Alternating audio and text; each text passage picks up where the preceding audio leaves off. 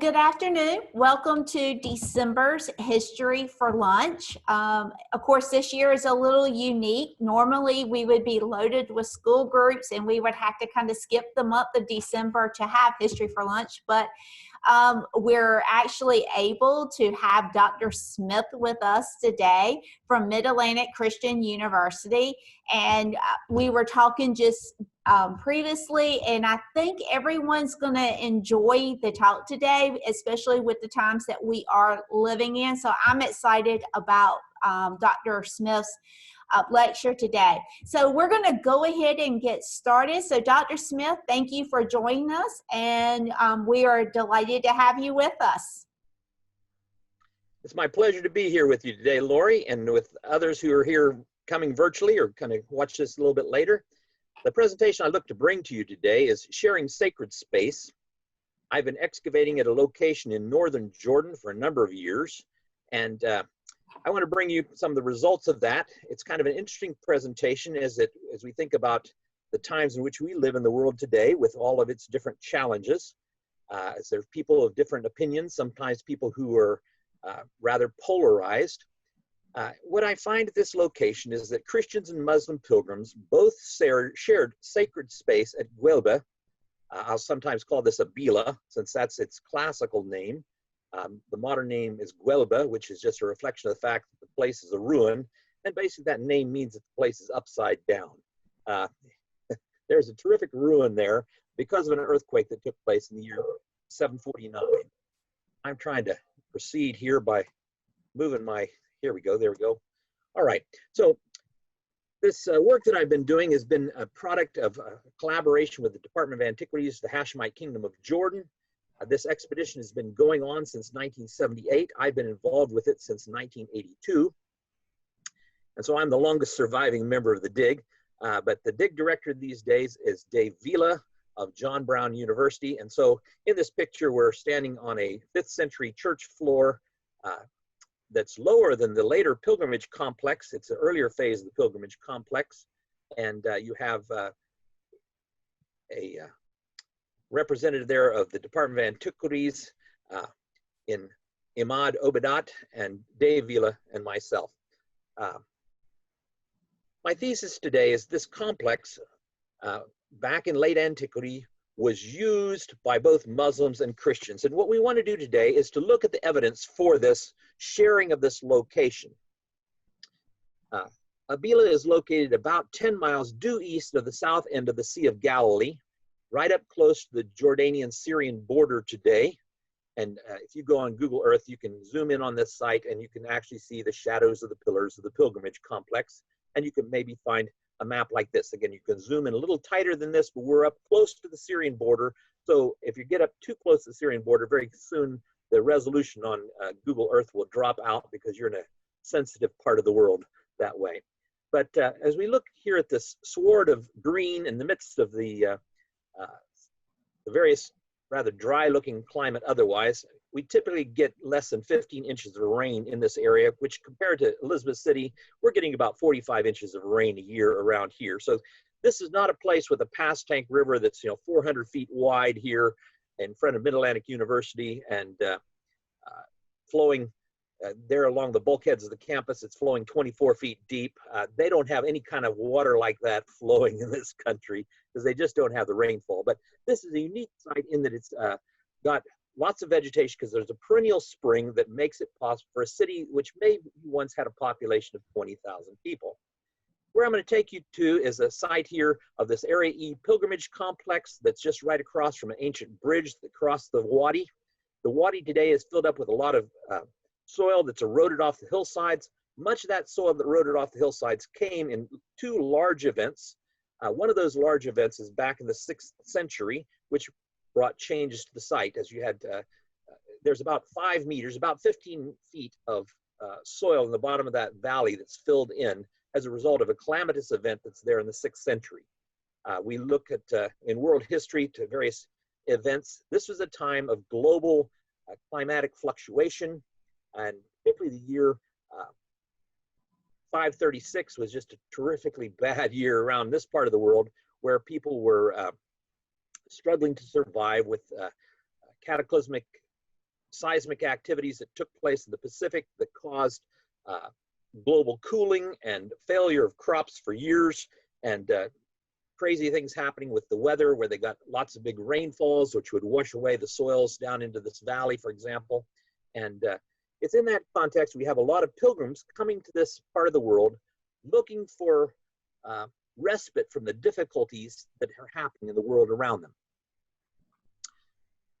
What I'm arguing here is the population of this region, including the city of Abila, had people who historically identified with Christianity, particularly since the 4th century. And as Islam comes to the area with the Battle of the Yarmouk, a famous battle that takes place in the year 635, it's a pivotal battle between the Byzantines and the Muslims coming out of Arabia. The Muslims will be victorious, and as a result, they will come to politically dominate this part of the world, but the population remains Christian. But these Muslims have also brought some traditions they've embraced from Judaism and Christianity, and they're going to see some of the places that are seen as sacred spaces still as being spiritually valuable. And at Abila, we have essentially a river that runs through this pilgrimage complex. It's this spring, this perennial spring, which is redirected through an aqueduct in a tunnel through the hillsides that basically dumps out on this site. So there's going to be plenty of water, copious amounts of water. And in an area that's fairly arid, this is just kind of amazing to have that feeling of the moisture, the smell of the potpourri, a fancy word for just the smell of the wet rocks. But there's this particular smell associated with this, and as the water would cascade through a waterfall that's about 4 meters high, about 12 feet high. There was splashing of water, and there would have been rainbows cast. Again, as you look at it from one direction in the morning, one direction in the evening, it was just something of an interesting sensory experience to come to this location. And people thought that there is a place that was close to God and a place where miracles took place. Again, today, it doesn't, in the summertime type of pictures like this, it doesn't look like much, but I'm going to take you where that bridge crosses the wadi. Again, you can see it's all silted up these days, and then there's pomegranate fig trees that are growing there. But as we cross over from the left to the right in this picture, I'm standing on the other side of the wadi looking at the pilgrimage site here. You can see the pillars that are standing up are black basalt columns. Here, turning the other direction, looking down from the top of the tell, you can see this complex I've been engaged in excavating here for the past 12 years. Lots of things to share with you here, but that terrace wall in the background is carrying an aqueduct, and that aqueduct supplies water to this complex and provides that river that essentially runs through this church building. This was a site of a bathhouse earlier on, thermae, and this is a place that the ancient pagan Romans thought was spiritually charged. And then later on, as the church comes to be built on the site and to take over that bath complex, we'll find that a pilgrimage complex will develop there with traditions that would have included things like collecting sacred water from the site, sleeping in the site, thinking that perhaps miracles might take place to bring about resolutions of physical problems, for example. So we don't know who was particularly being venerated at this site because we haven't found inscriptions that effect yet. We hope to find that. That's an ongoing work that I hope to have been doing, particularly in 2020, but didn't get to go excavating. And so as a result, that remains to happen in 2022. So in the midst of this site, you can see the area that's shaded here. This is evidence I have for the frigidarium, the cold bath of the Roman era complex. And it's down underneath the floor of the later churches. So this is the evidence that's most clearly evident, architectural evidence of the fact that there was in fact a bathhouse there. So this site follows the tradition of many other sites where places that come to have a sacred tradition sustain that tradition over time. And what we're going to find is that's going to also sustain the transition of the Byzantine Umayyad transition, where this Christian community makes something of a transition towards increasing Muslim presence. There will continue to be a Christian presence in this part of the world to this day, but it certainly diminishes, particularly after 749 and the great earthquake that smashes the site. What we're going to look at today is a number of components, particularly architectural components, artifacts, and inscriptions that I think are points that we want to look at to consider Was there really a presence of both Muslims and Christians in this place at the same time? Again, the echoes of people saying prayers have long reverberated, and they no longer shake the walls of this place. The shadows of their garb hitting the floor no longer are cast there. So what we're going to find is that there's a lot of tradition about Muslims and Christians sharing the same space, but there's not a whole lot of physical evidence. So there's historical texts that testify to people using the same space. And certainly the Muslims after 635 have the political power in this region. But what we're going to find is there's going to be people who blend things together. This is this fancy word I have on the screen there, syncretism. And so what we're going to find is there's people who are both syncretizing and people who are confession Muslims who likely use this place. And it wasn't just a matter of an effort to say, hey, I can go here and you can't stop me, to show some sort of religious triumphalism. They actually thought they could gain spiritual benefits from coming to this place because there was such a strong tradition with this location. So again, we're going to look at some evidence from the architecture, artifacts, and inscriptions that are found at the site. We'll look first of all architecturally at flooring in the complex. Then we're going to move to an open niche in the south wall of a large open room that's 7 meters by 14 meters on the south side of the structure that some people think is evidence of a masala. That's an Arab word for a prayer hall. An Arab prayer hall has a prayer niche oriented towards Mecca in the south from this location. And so certainly it has an open niche there, and we want to discuss that as possible evidence of this being a masala. We want to begin by looking at the public open spaces and look at the flooring that's there. Some of this flooring no longer exists well preserved, some of it is well preserved. But in the main thoroughfares shown here in this walkway that leads to the entrance to the building and wraps around it, again, 2 different ways that people could enter, either from the bottom of your slide or from the right hand of your slide here, coming in from the east. These would be 2 ways to access the main area of this pilgrimage site. And what we're going to find is the flooring there is effectively innocuous. Some of it is mosaic covered, as you see this checkerboard pattern where it's set kind of as diamonds here, set on an angle. And where you see that floor is broken up on the left-hand side, this is where repairs were taking place when the building was finally collapsed. They were repairing the water system, all the drainage that's going under these floors, and they hadn't yet repaired this floor. So the public spaces have these large aniconic, they don't have any symbols in them. There'd be places where there wouldn't be anything that would be offensive. The rest of the flooring was made up of opusectly. Again, those are large pieces of colored stone that are set in the ground there. So what I'm saying is that these passages would not be religiously offensive. They don't have crosses in them, for example. Now, as we move to the ritual building on the north side, wrapping around it is another walkway. And as we come there, you'd have to look very closely.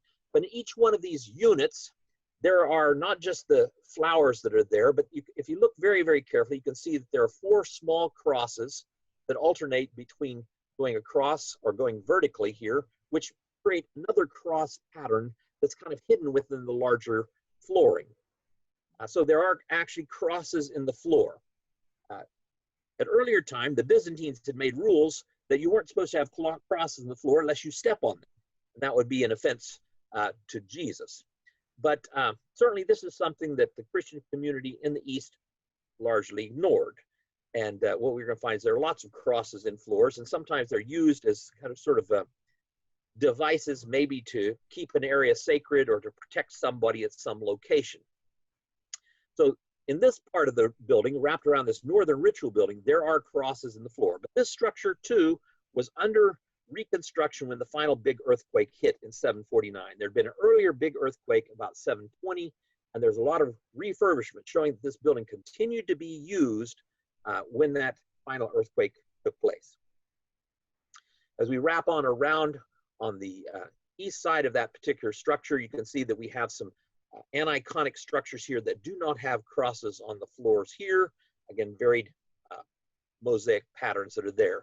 If you look at the wall on the right, you can see a wall that was intact from before the earthquake, And you look at the wall on the left, you can see a rather poor wall with lots of chinking where they're reusing stones to rebuild the walls. Again, the quality of the wall on the left somehow survived the big earthquake of 749, this was recent rebuilding that was going on when the final big earthquake took place. This wall on the left was never plastered over and finished. So it was still a living pilgrimage site. There was still funding coming to the site by pilgrims who brought their resources with them and made gifts because they thought this is a particularly spiritual place where their prayers might be more likely to be heard, and they might find relief from their various afflictions in life. As we move into another public area, I need to pick up my pace here a little bit, to the atrium in the west side. It doesn't look like much here, but you have to realize that those stones that are in the courtyard, again, huge stones have fallen off the terrace wall to the west, and as a result, it kind of looks like craters of the moon. But if we wash some of them off, you can find that you have red hematitic limestone pavers, occasional white marble pavers, but around this cistern in the courtyard, you have a lot of pavers that are here. And this was, again, an area where there's no crosses that are overtly in the floor. This would have been a very public space. And people thought that there was sacred water in that cistern. It's filled by water that's flowed over an icon. And then you can find there's little devices around the cistern that show that they were making sure that any spilled water went back inside. So the heavy grooves around the mouth of the cistern show that a lot of heavy containers of water, leather buckets were pulled up out of this thing over the centuries that it was available here as a feature in the courtyard. Again, for over 100 years after that conquest at the Battle of Yarmouk in 635, you have Muslims and Christians potentially coming here because they think there's spiritual benefits in this place to be had. And this is just showing that courtyard again. As you move along the north side of the courtyard, you have a stoa, a covered porch area, and it too has some crosses that are embedded within it, but they're very, very minor, and you can discern some crosses in some places, but they're not overt crosses. So this is, again, one of these public areas. So the question is, was this area finished in such a way as to be non-offensive so that Muslims might feel comfortable coming to this place? Or was it just part of the design of the people who were patronizing the place? We can't answer that question. There's no inscriptions that would help us know otherwise. Part of this floor is damaged by falling columns. Other parts are damaged by the fact they're, particularly what I'm standing on here as this picture's being taken, is broken up because they were repairing the waterway underneath. And so they had to break through the mosaic floor in order to repair the choked up water channel that's down below the floor. Again, that floor just has what I consider to be poppies in the field in a repeating pattern. It looks like scallop shapes that are repeated here in this location. We want to move beyond that stoa that's there into this area that lies beyond. You can see a bit of a fallen arch in the bulk that's still there. But as we move past that wall that's obstructing things, and then we're going to move up to the top of this picture, this is where the water is flowing out of the aqueduct up there, and then it pours in a channel down into this water ritual area below. So as you get to be on top, this would be at the bottom of your picture here, you can follow the water in the aqueduct as it comes out the opening there. It falls and then splashes down on within a channel, and then it flows over a icon into a drainage system and then into the rest of the church building. So it's in this area that we had for a long time water rituals going on. We can see that the floors have been repaired, but as we're looking at the floors, they have large white tessera. These are large white cubes of limestone that are carrying no design. It just fills the area in, so you've got a nice durable surface for lots of traffic, but there's nothing there that's particularly offensive. As you go up the stairs or into the room adjacent here, what you'll find is the mosaic floor continues on. Again, there's nothing in the floor that would be offensive here. Now, as we move in this ritual room, what we're going to find is that this room changed over time. At one time, in that niche on the left-hand side of the picture, there was an icon fitting in that groove, and the water flowed vertically over it. When we found the icon, however, it was not there. It was up above this room, and I'll show you where that was at. So this icon was used for some time. Let me just move past some of the other features here. We'll come back to that room and look at what's there. Certainly there were things there that would have been offensive to Muslims as they were opposed to images, but the Christian community was also opposed to images and oftentimes were responsible for removing images from mosaic floors and from church buildings. We find something rather unique here in a relief icon that was found in this location. But as we're still looking at floors, the main church, this 5-aisled building is a typical building for a pilgrimage church in the region. And within this almost square structure, it was covered with Pro-Canesian marble. Again, most of that marble was removed to be burned down to make lime. In the reconstruction efforts after this church is devastated by the earthquake, people come in and remove the the marble from the walls, from the floors, in order to make quick lime that they'll use to plaster their broken cisterns and repair their homes. And so after 749, this building was plundered of its marble in order to make materials that they can use to repair their homes. So we have a few places where the rubble protected it from the limestone hunters, not the limestone, the marble hunters. And so we can see something of the idea that this would have looked like a blue and white polished surface throughout this building. That would not have been something that would have been offensive. Again, here you can see where the capitals and the columns fell on the floor. You can just see how those big sheets of marble that are about a ½ inch thick were shattered into hundreds of little pieces as a result of the collapse of the building.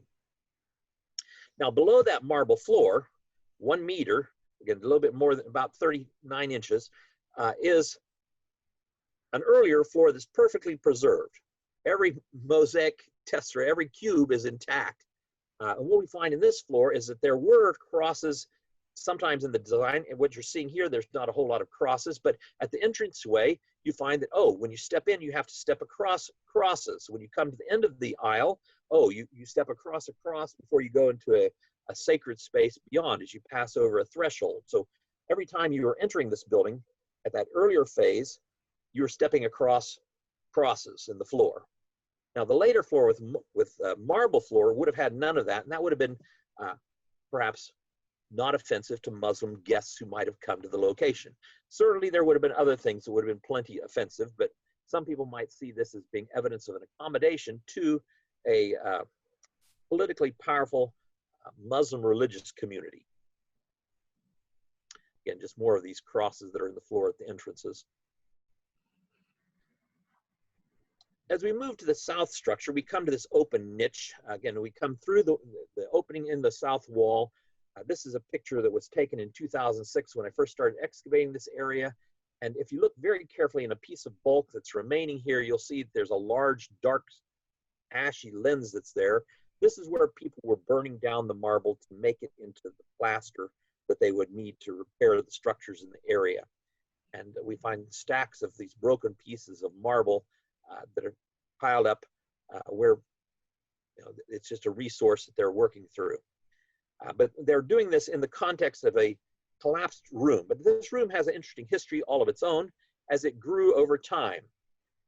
We excavated it over time also.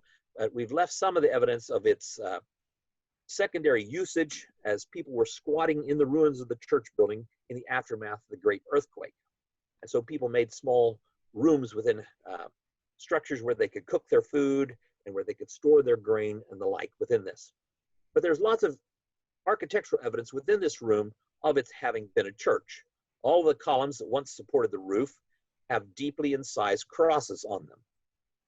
But what I want to point your attention to is the southern wall. That's at the north end, at the top of this picture that you're seeing, and particularly the niche that's at the left, not the niche that's made into a doorway. This room is one that, again, evidence of its growth is seen by a preserved mosaic that was covered up and a platform was built over the top, but you can see that they made that change this room and they just covered up the mosaic. So that mosaic was perfectly preserved when they covered it up and rebuilt the room.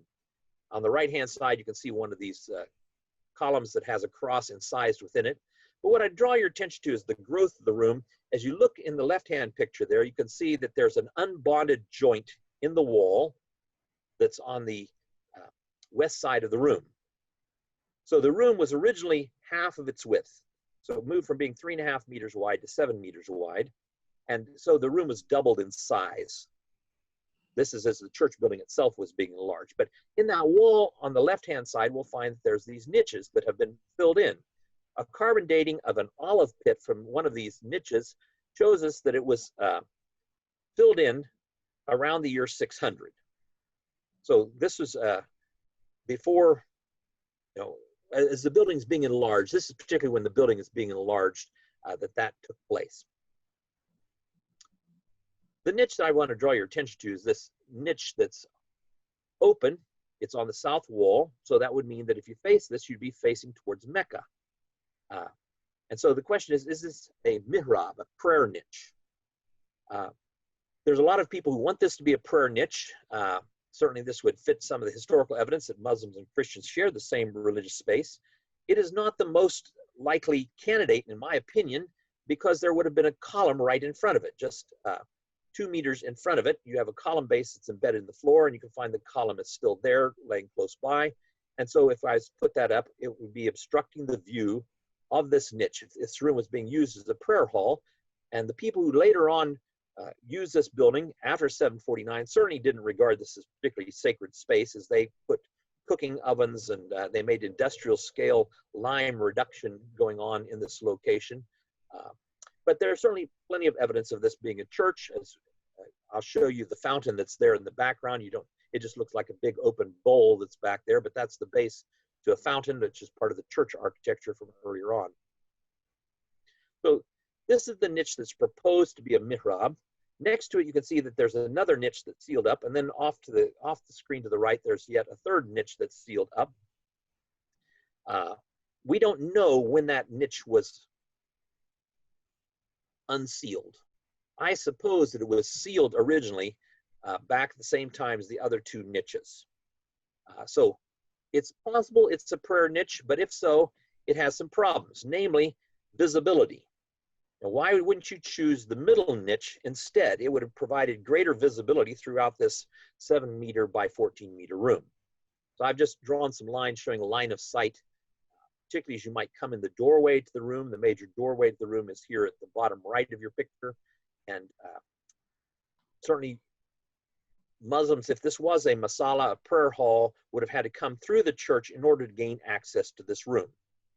But interesting things happen as you go to pilgrimage sites today in the Middle East, where sometimes Jews, Christians, and Muslims all share the same space. Sometimes there's contention over the use of these spaces, who gets it for what times and the like. It gets to be a hot issue.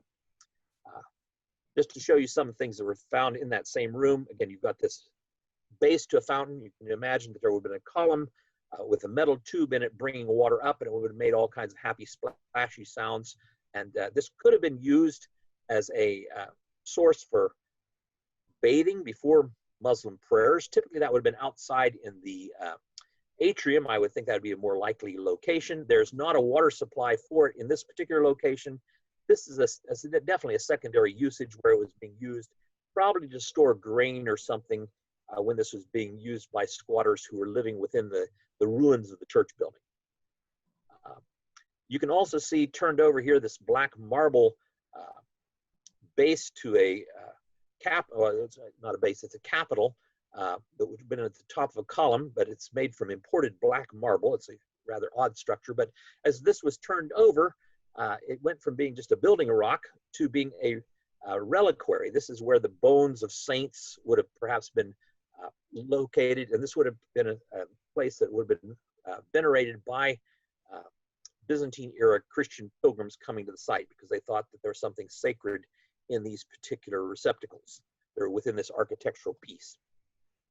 Again, it's just kind of strange that if this is a prayer hall, that these things would have still been in the room with all those crosses. So I see the argument for this being a prayer hall is largely based on the fact that we have an open niche on the south side, and yet there's several things that mitigate against it. I can't say that it was never used as a prayer niche, but then I can't say that it was definitively used as a prayer niche either. So this is one of these pieces of evidence that's a possibility, but it's not a slam dunk. All right, so looking at some of the artifacts, I wanted you to particularly pay attention to where this artifact of the icon was found. So I'm standing up where the water comes out of the aqueduct, looking down over this precipice of 4 meters, where the water would crash down below, splash in this channel, and then wash over this icon before it washed into the drainage system that would later supply the sacralized water in the cistern in the structure. This is the tertiary location of this relief carving. So that means it's the 3rd place it's being used by my calculations. Again, this is where we found it. This is a very rare beast. A lot of these sorts of things get destroyed by people who were against the use of icons, against the use of images. You have both Christians and Muslims opposed to the use of images in something called the iconoclastic controversy that takes place at this point in time in the early 8th century. At Abila, this was still on public display when the earthquake happened in 749. This is not an icon that's being desecrated in this way. It's continuing to sacralize the water. So I put a little bit of water, takes the dust off these steps. You can see that they've reused stones here, but this provides a staircase up to a viewing platform at the base of that cascade. So you can watch the water splash into the church building before it goes into the water system. I want to take you to that room that's down below, and it's there that we'll find that the icon was located in its 2nd position within that niche that's down below. So it's found up above in the right-hand picture underneath that stone that looks like somebody took a bite out of it. That's where that icon was found. And yet it was at an earlier time in this niche that's down below. It fits precisely into this niche. But if you look at the niche here on the left, you can see a groove on the west-hand side, and this carved relief fit into that niche, and we can see where it swung into place within that niche. Here I've transposed this picture of the icon to scale here into this niche, and you can see that part of the side is broken off, but in this niche, it was part of a larger composition. And so as we look for the first place this would have been used, it would have been used, I think, as part of a chancel screening back in the main church building at an earlier time.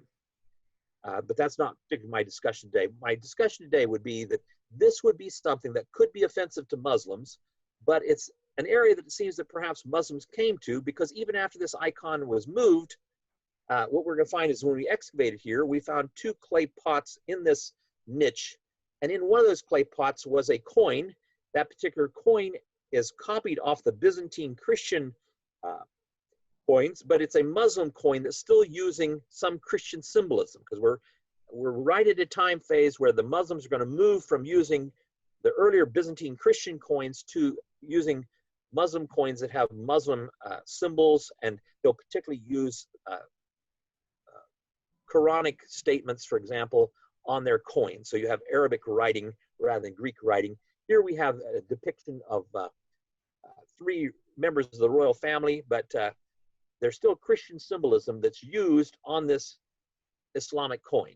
And so this is a very, very early Islamic coin that was found inside that jar. Would that have been left by a Muslim pilgrim or a Christian pilgrim? Well, again, I think that both Muslims and Christians use the same coinage, so I don't think this is particularly definitive. But as they came to this location, they're particularly collecting these small bottles. Found in that same area would be this glass bottle. It's a beautiful polychrome little bottle. That's a centimeter measurement there. So you can see that this thing is only about a little bit more than an inch wide, and a couple inches tall, and a beautiful blue bottle. And they would have collected the water that had flowed over the icon in this little bottle to take home and perhaps think that it might bring some healing powers to maybe a sick relative who was back at home. As we look at the artifacts, I also want to take you to see this grave that was found at the south side of the main church building, under the level of the marble floor, laying on top of the mosaic floor. This is at a location where water was coming into the church building, carried on top of the colonnade, and it splashed down in the center of the church building. If you look at that terrace, you can see that there's a water channel carved in the wall, so this is supplying the water to this particular location. And as it splashed down there next to that column, it flowed in a channel along the side of the chancel. This is the particularly sacred space that the clergy particularly occupied. And I'm suggesting that the chancel screening is an area where probably the original icon was located.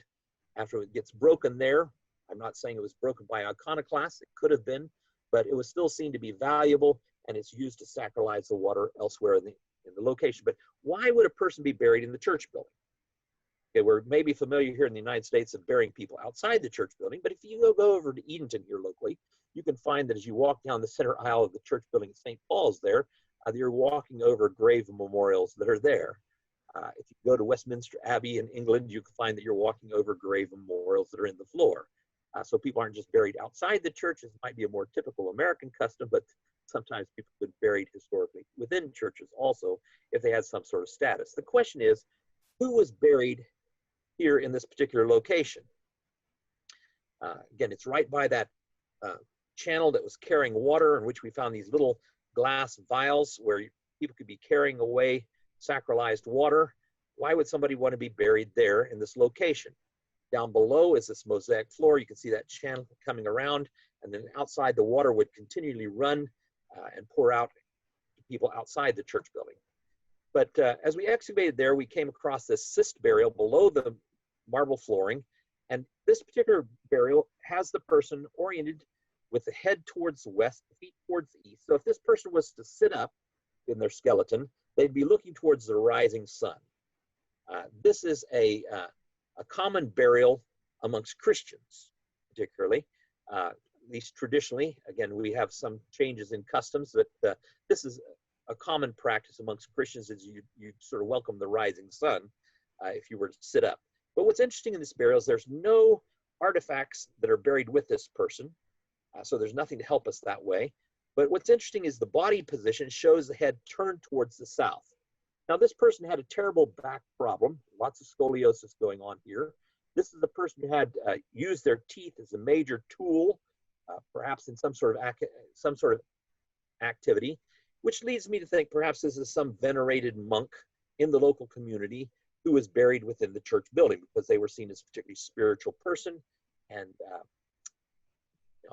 a person who used their teeth so hard in their work probably wouldn't have been a wealthy person otherwise. I'm thinking this person was disabled by their physical condition and was creative and productive through their life. But this is an older man, by their standards, a very senior man who had arthritic problems as well as his spinal problems otherwise. But is this a Muslim or is this a Christian? Again, his burial posture says he could be a Muslim because he's turned with his face towards Mecca. So is he a venerated local Christian monk, or is he a wealthy Muslim pilgrim, or somebody who's suffering, who has family members or other people thinking he's, they would acquire for him the right to be buried within this church building? Again, the bones don't tell the story until perhaps someday we get some specialized testing of his teeth. What we're looking to do someday is to test his teeth, because we can tell it's from the minerals that are taken into one's body as a child. You can tell what water source they're drinking from. And so hopefully this expensive test can be done in the future on his teeth, which might help us to understand, was he a local man? Did he live locally for a long time, or did he come from far away? If this person, for example, was found to find, we'll do something absolutely amazing. We'll say that he was found to have drunk Zamzam water. This is the water from Mecca. Then that would be an amazing thing to find. You know, hey, this guy grew up drinking water from Mecca. Maybe he's part of the local Muslim population that's come here. That would be something amazing to find out. But my suspicion is that he probably was a local person drinking water from what we call today northern Jordan. But it is still another one of these intriguing things. Is this evidence of Muslims venerating this place and burying somebody within the church building, thinking that they're going to gain some kind of spiritual benefit for having been close to some sacred space? My personal opinion is that he's likely to be a monk rather than a Muslim pilgrim. But hopefully we'll get to test that someday. Within the building, there are also inscriptions, and this is where I find the clearest evidence of potential Muslim involvement, as we find in various, particularly the public locations, inscriptions that are in Kufic. This is an early Arabic script. Certainly we find that there are crosses in various places that are prominently within the church, but those weren't in the most public areas. Those were in chapel locations like the South Atrium Chapel, where we have very clearly crosses in the floor. But what we find is in the central public area around the atrium, there are two inscriptions that are near the cistern head. This is where one of our best inscriptions is found. You can't see it particularly, but in that small depression, in that stone that's part of the collar of the cistern, there's an inscription that's located there in what is the right-hand side of our picture. We zoom in a little closer, you still can't see it, but you can see on that piece of marble, there is a Kufic inscription, and in the red hematitic limestone, there's an inscription. So here you can see this inscription where I put a little bit of dirt in the inscription. This is a very recent inscription. There was not a lot of traffic on this inscription before 749. I actually was quite unhappy when I first excavated this. I thought that somebody had come in over the weekend and somebody had taken a nail and chiseled graffiti on this cistern head. Again, it had been Friday when we found it, and in our work week, we conclude there on Fridays. And so I come back on a Monday and I sweep this off more carefully, and we find, oh, there's an inscription here. And I thought that some tourist or some visitor to the site has been basically damaging my site. The problem is, yes, this is Arabic, and you can recognize some of the letters, but this is not modern Arabic that anybody would write today. This is Kufic. This is very early Arabic inscription. So this is what it looks like when it's cleaned off. Again, you can rub your finger over that and it will catch you. It's that sharp. That's a very, very hard stone. This was not something that was done privately by somebody. This is such a formal inscription. This was something that a professional stone carver put into this stone. Again, it's a very hard stone. And because it was not worn by time, by all the traffic, that means that it was done probably within a couple of years of the 749 earthquake. What it says here is, Allah forgive the one who wrote this. Now, this is not the inscriptions of a person who's sorry for putting some graffiti in a public place. No, it's not like somebody comes along and tags something in Elizabeth City and the local police force is looking to get rid of this because we don't want to have other inscriptions going on. Somebody paid somebody in the church building for this inscription to be laid here. It shows a certain amount of humility or maybe a bit of privacy because the person didn't put their name. It didn't say, God forgive Bob Smith, who had this inscription put here because he's such a guilty sinner and he needs all kinds of forgiveness. But it does reflect is a person thinking that they could gain divine blessing. Now, when I look at this inscription, what's interesting, again, it's very, very early Kufic writing. This adds to the corpus of Kufic inscriptions from early on. But this follows a pattern that we find at other places. This is not the only anonymous inscription that's ever found. But what I find interesting in this inscription is that there's no crosses here. Typically in the Byzantine era, it would be written in Greek, and they'll put crosses at the beginning and end of their inscriptions. There are no crosses here, which leads me to think that there's a possibility this could be a Muslim's inscription. And he's here in the midst of this public space in the atrium, and he's got this inscription that he's got going on. I'm supposed to be wrapping up already. Anyway, there are other inscriptions in the place. Some of them do have names. This inscription here has a man's name, and again, this adds to our corpus of names of people. So we've got people. This is particularly a man asking for forgiveness for his father and his father's many sins. So this fellow is concerned about his father's spiritual well-being hereafter. And once again, there's no crosses in this inscription. It's in a very public space.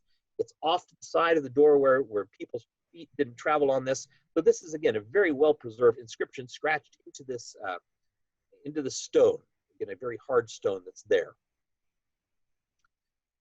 We have several other inscriptions. I'm not going to be able to go through those. This is the longest inscription. It's got several components to it, and we're still dealing with some of the implications of that.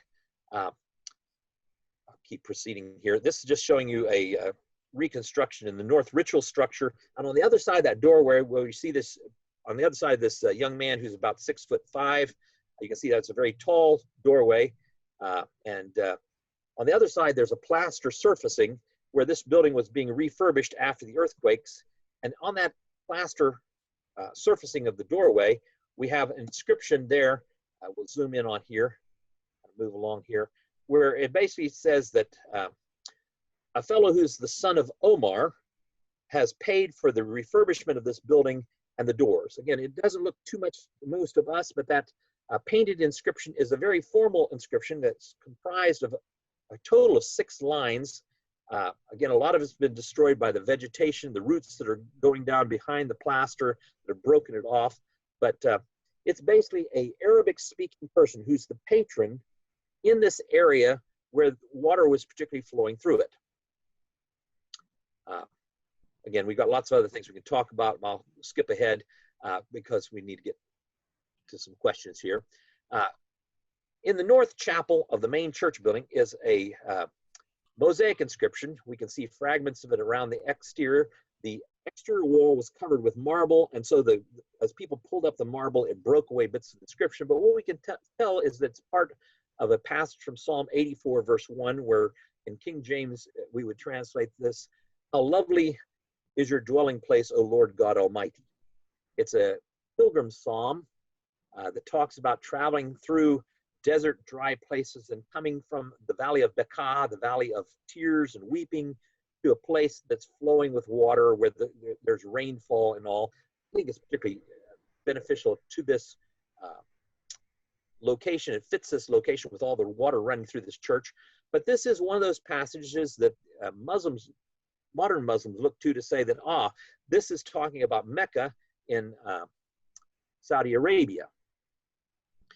Again, this is something that is subject to continuing discussion, and here you can see the remnants of that inscription that I've been able to sort out from this location. So this is a church building where there's a lot of water running through it. There'd long been water running to this location since the 3rd century when there's a Roman bathhouse here. The water particularly ran over this icon of what I interpret to be an evangelist, Matthew, Mark, Luke, or John. He's showing you a codex here that he's pointing to, and you can see that there was another evangelist there. It's surrounded by this galoche, this frame that has a sequence of crosses, fleur-de-lis, and tetrapetalous flowers. I think all of these are symbolic of what was in the main picture in the first place.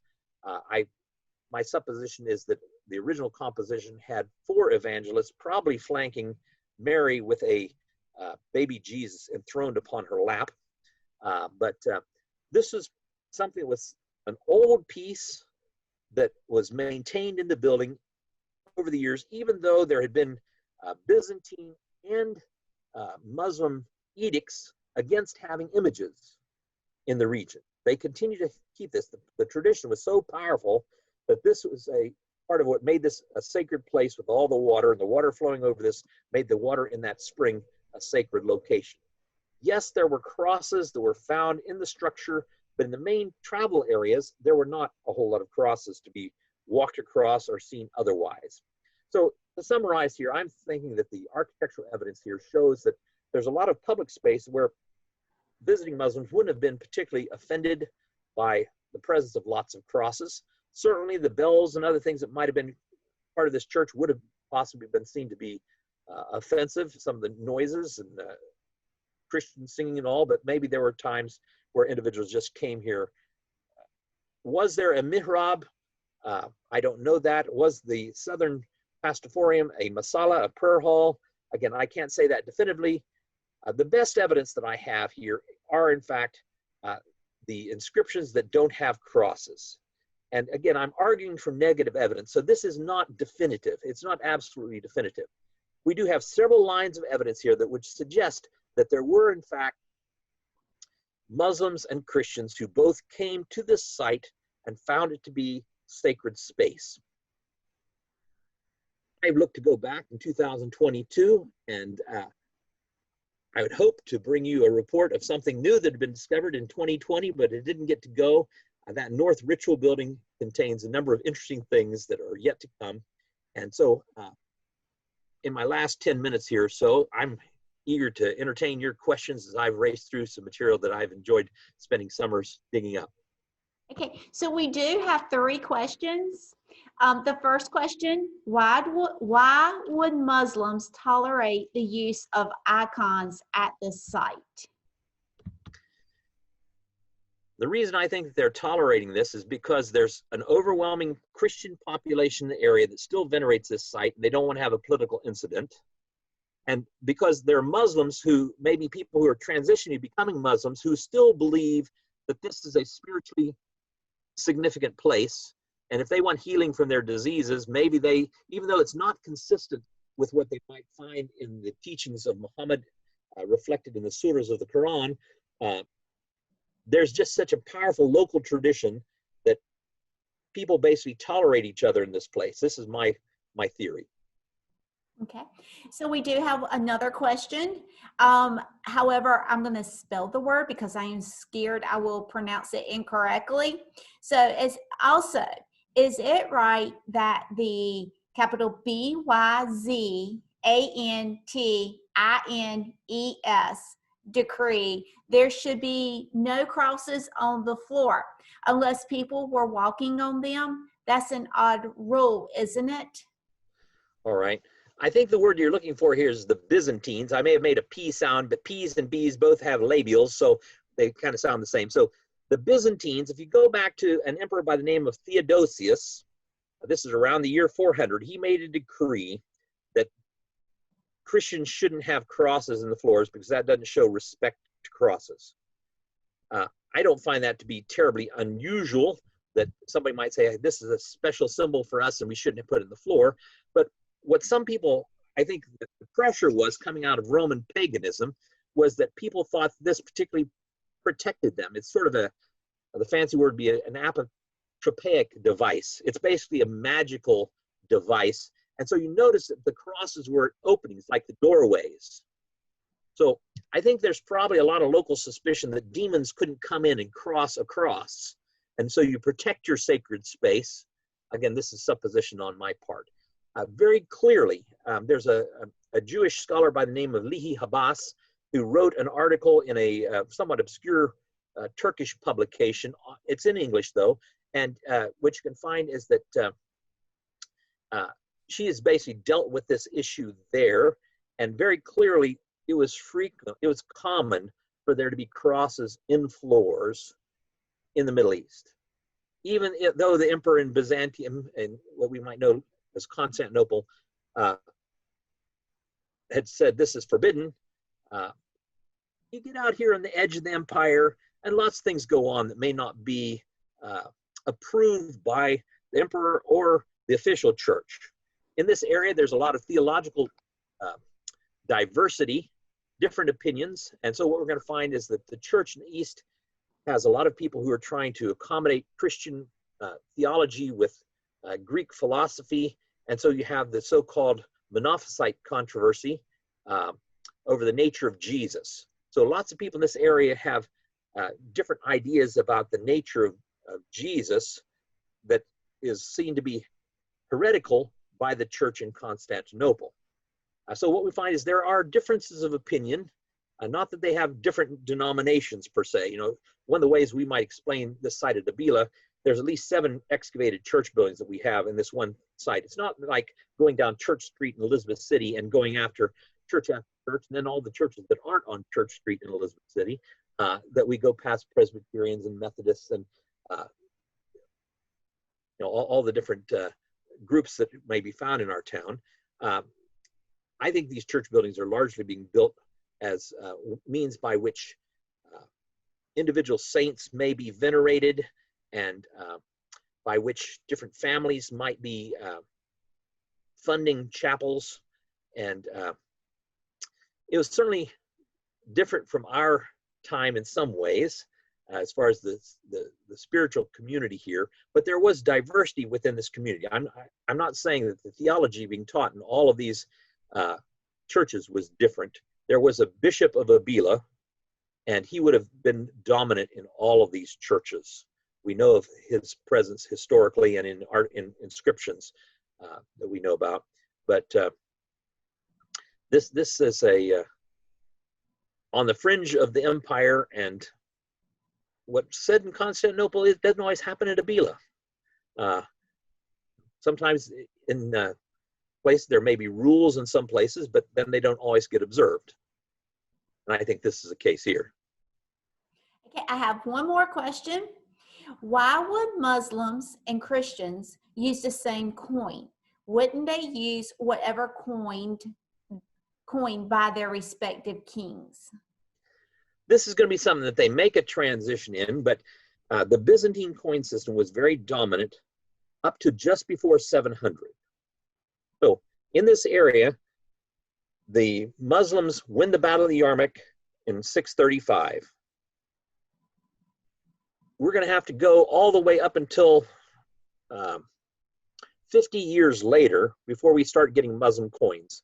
And they basically start using the same dies. That would be the shape that is hammered into the hot metal. They use the same dies early on because everybody's used to using the Byzantine coins. Even the Muslims in Arabia had been using Byzantine coins to transact business. It's convenient to have metal coins. So they've been using that even though they're Muslims down in Arabia. Once we get to have an Umayyad Caliph in Baghdad, not Baghdad, in Damascus, which is just about 40 miles away from Abila, by the time we come to the 680s, again, 50 years after the conquest, we see the beginning to move towards Islamic coins that have Arabic on them. And then as we move around 700, we start getting coins that have Arabic inscriptions on them. And so I think that Christians would use those coins also as they were just locally available.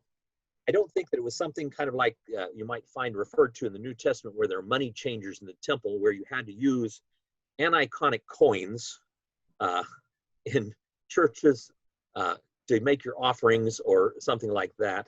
And if somebody left a coin behind as a gift, that's the only way I would imagine somebody would leave a coin in a cook pot that was there where water was dripping from above.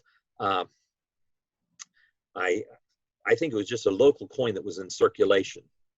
There's intriguing evidence that perhaps there was a mint at Abila, but that's, again, there's just so few coins that have been found. And even at our site, we're starting to find evidence of coins at this site, but there's just a whole lot more work to be done with that. Okay, awesome. Thank you for the questions. Do we have any more questions today? Oops, I do. Hold on just a second. Let me pull it up. Now, just a comment of thank you with exclamation marks. And, you know, we do thank you, Dr. Smith, for coming on today. I know we had hoped that we could be in person, but it looks like it might be a couple of more months for us. So everyone out there, just remember your 3 W's, stay safe. And again, Dr. Smith, thank you very much. Thank you to Mid-Atlantic Christian University for, you know, allowing us to have you today. So we're just thankful for everyone, and we wish everyone to just be safe. All right. I'd like to thank everybody who came, and also just let you know there's going to be a exhibit that's going to be coming up at the museum that will bring artifacts from the Middle East that I'm going to have a part in bringing to you, and look forward to maybe seeing you there after we all get vaccinated. Yes, that's going to be, I believe we will have a lecture for the public, another history for lunch. So hopefully we will be able to have visitors into the museum by the time. And that's going to be Wednesday, I believe it's March the 17th that we're planning at 12 noon. So, and then the exhibit will open I believe the following day. I don't have my dates right in front of me as we were discussing about the calendar. But yes, we are looking at March the 17th, 18th, 19th in that time frame. And we're very excited for the exhibit to come and open here at the museum. And we're just hoping that we can welcome everyone back for a grand opening of the exhibit. Okay, thank you. Oops, hold on just a second. Let's see here.